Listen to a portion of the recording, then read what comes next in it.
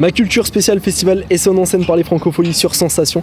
Je suis avec Pierre Poli, directeur artistique des Francopholies. Bonjour, merci d'être avec nous. Bonjour. Pour rappel, les Francopholies est un festival de musique francophone qui existe depuis 1985 et qui se tient à La Rochelle en Charente-Maritime tous les ans au mois de juillet. Le mot d'ordre des Francopholies est donc de défendre et de promouvoir la chanson française. Quels sont les points indéfectibles depuis la création du festival et que vous répétez à chaque édition ? C'est un peu ça, c'est-à-dire que le festival défend une ligne éditoriale axée autour de la chanson française et de ses multiples facettes, puisque la chanson en 37 ans a quand même beaucoup évolué.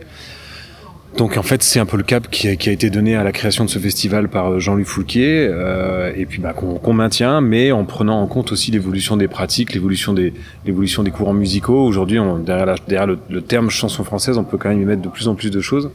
Notamment dans les cultures urbaines, la pop, folk, enfin voilà. Donc voilà, on a ce cap depuis le début, mais on évolue avec notre temps et on essaie de présenter aujourd'hui ce qui reflète le mieux la scène, la production française. Et peu importe le style, le genre musical, tout le monde peut être accepté sur la scène des Francopholies. Absolument, en fait on s'ouvre, pour nous on se veut d'être une forme de vitrine en fait de la production, donc on peut prendre en considération des musiques électroniques, le rock, voire jusqu'au métal. On a en fait quasiment plus de 8 lieux de diffusion différents dans La Rochelle pendant le festival. Et du coup, on s'inspire de chaque lieu, de son histoire, de sa spécificité aussi, puisqu'on a des lieux qui sont en assis, en debout, et on monte une programmation en rapport avec ces lieux, parce qu'il y a des artistes qui se vivent mieux assis que debout. Et on essaie de présenter en effet les différentes facettes de la production musicale.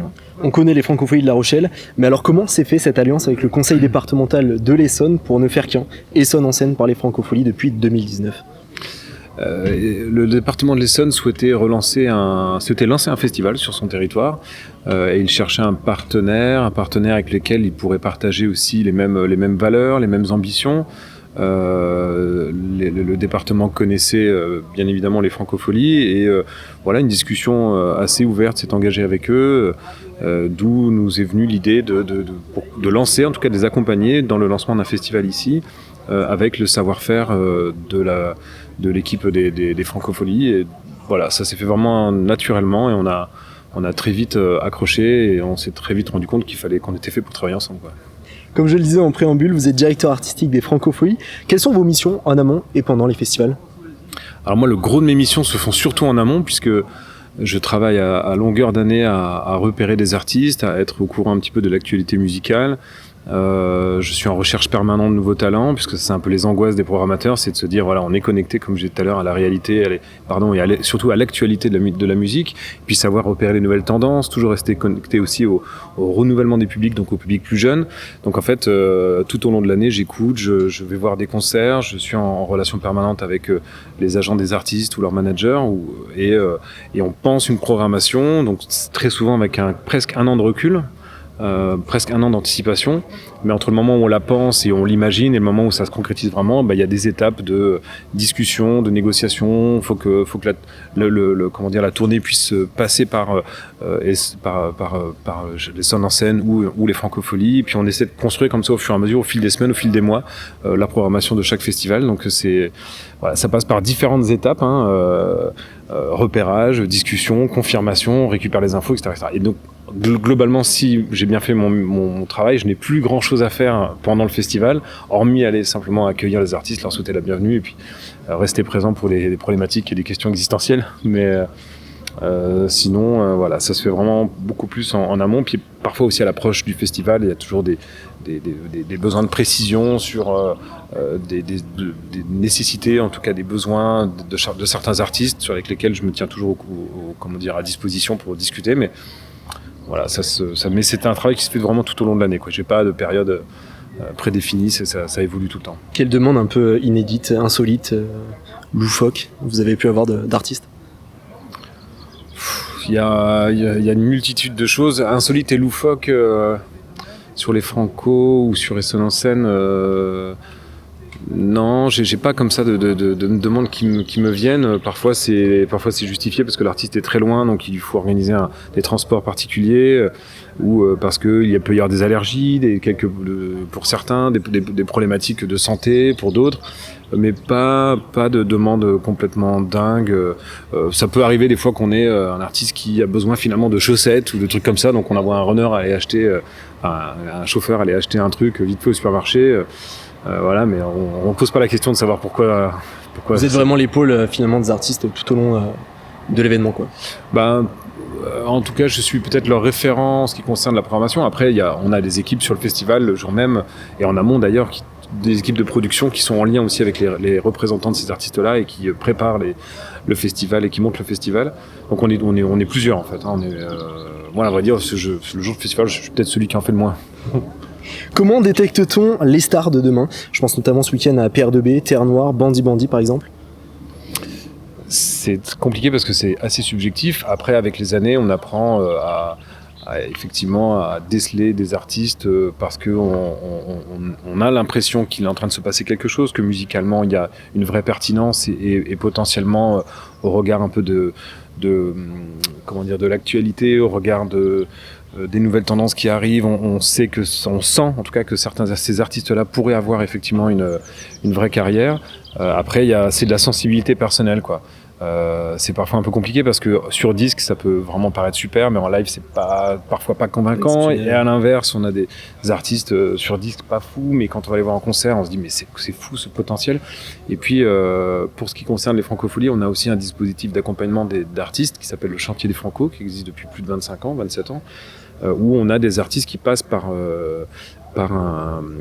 les mains, en tout cas des Franco, et qui pendant un temps s'enferment dans une salle à La Rochelle pour travailler la scène. Et on a notamment ce soir PR2B et demain Terre Noire, qui sont les artistes, pas Terre Noire, pardon, Bandy, qui sont passés par le Chantier des Franco. Donc là, ça nous permet d'être encore plus proche d'eux et de les repérer encore plus tôt. Justement, ça me permet de faire une transition vers ces jeunes talents.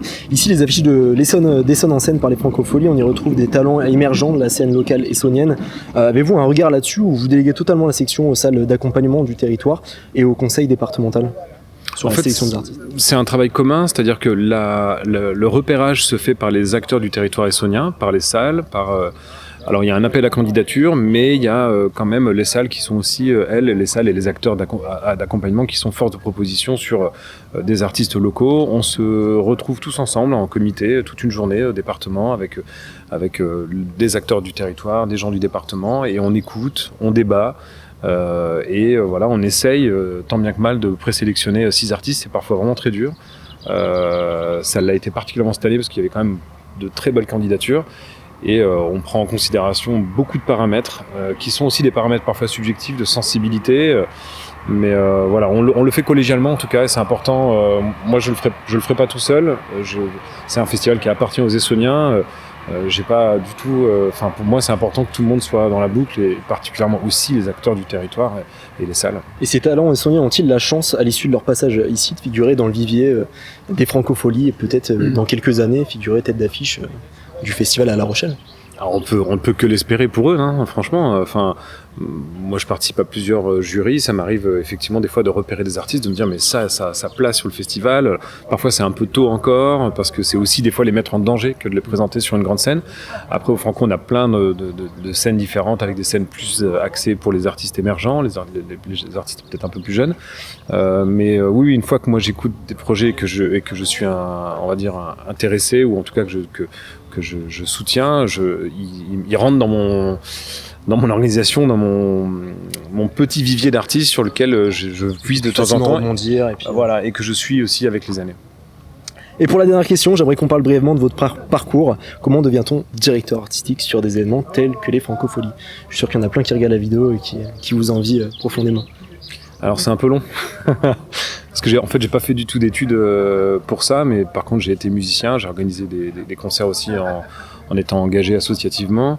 Je suis rentré dans une banque et je me suis dit au bout de 8 mois, mais en fait c'est pas du tout ça que je veux faire. J'ai envie de faire un métier qui me passionne. On passe notre vie à travailler et à dormir et à manger. Si on fait pas ce qu'on aime, franchement ça peut être assez regrettable. Donc je me suis engagé, j'ai réussi à trouver mes premiers jobs dans une salle de spectacle. Alors pour faire court, j'ai travaillé dans des salles, une jeune salle sur Nancy, j'ai dirigé une scène de musique actuelle en Bretagne, j'ai dirigé un zénith à Nancy. J'ai participé à la création de plusieurs festivals aussi. J'ai travaillé pour un producteur de spectacles. Et puis les Franco se sont présentés il y a un peu moins de 4 ans comme une opportunité qui est venue comme ça à moi, de façon totalement magique. Et ouais, j'ai sauté sur l'occasion. Mais ce que je veux dire par là, c'est que c'est pas tant les questions de parcours, de diplôme, c'est vraiment la hargne, l'envie, ouais, la la passion. motivation et tout ça. Moi, comme j'ai pas fait de diplôme pour ça, je crois que pour me sentir légitime, il fallait que j'en fasse beaucoup plus que les autres. Donc j'ai monté aussi des assos en parallèle, j'ai recruté en ayant un salarié, en faisant la production de concerts.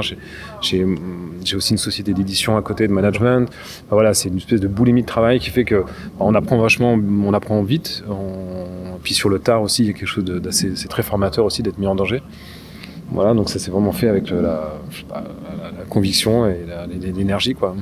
Merci Pierre Poli, directeur artistique des Francopholies, d'avoir été avec nous sur Sensation. Une 4e édition et son en scène par les Francopholies verra le jour l'an prochain. J'espère. On espère aussi. Ouais, on sera présent, en tout cas ici, pour interviewer tous les artistes présents lors de ces éditions. Et cet été, du 13 au 17 juillet 2022, les Francopholies de La Rochelle, avec une affiche encore monumentale cette année. Plus d'infos sur francofolie.fr. Vous pouvez retrouver ce Mag Culture spécial festival sur notre site et notre chaîne YouTube Radio Sensation.